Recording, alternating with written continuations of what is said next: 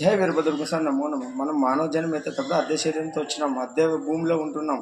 ఎప్పుడు కాల్ చేయాలో తెలుసు శరీరం, కానీ ఉన్నంతలో ఫస్ట్ గత జన్మల కర్మ సిద్ధాంతం ప్రకారం ఈ జన్మ కర్మ ఫలాలు, భార్య పిల్లలు అన్ని రకరకాలుగా ఈ వ్యవస్థలో మనం ఒక తల్లిదండ్రులు రుణం తీర్చుకొని తర్వాత భార్యని స్వీకరించిన తర్వాత పిల్లల్ని సక్రమంగా పెంచి వాళ్ళ బాధ్యతలు వాళ్ళకి మంచి భవిష్యత్తు ఇచ్చి కర్మ సిద్ధాంతం ప్రకారం దేవుని నమ్ముకొని మనం ఇవన్నీ చేస్తేనే జన్మ ధన్యమే అవుతుంది. అంతేగాని వీటిలో మన వ్యవస్థలు ఎన్ని రకాలుగా బానిసలు అయిపోతున్నాం. ఇప్పుడుండే వ్యవస్థ, రాజకీయ వ్యవస్థ ఏం చేసింది, మన కర్మ సిద్ధాంతం ప్రకారం మంది ఉసురుతోన అమ్మబడి పథకం కానీ, ఈ ట్యాక్సుల ద్వారా మంది ఉసురుతోన ఆసరా పథకం కానీ, ఇవన్నీ ఫ్రీ, ఇవన్నీ సంక్షేమాలు ఇచ్చి మన కర్మ సిద్ధాంతం ప్రకారం శివునికి దూరం చేస్తున్నాయి. శివుడు ఏమంటాడు, నీకు ప్రతి ఒక్కరికి అవకాశం ఇచ్చింటాడు. వాడు చిన్న నుంచి బీదో నుంచి సెలబ్రిటీ వరకు అందరూ ఏ స్థాయిలో వాళ్ళకి అవకాశాలు ఇస్తున్నాడు కాబట్టి వెలుగుతున్నాం. ఎంత చెట్టుకి అంత గాలి.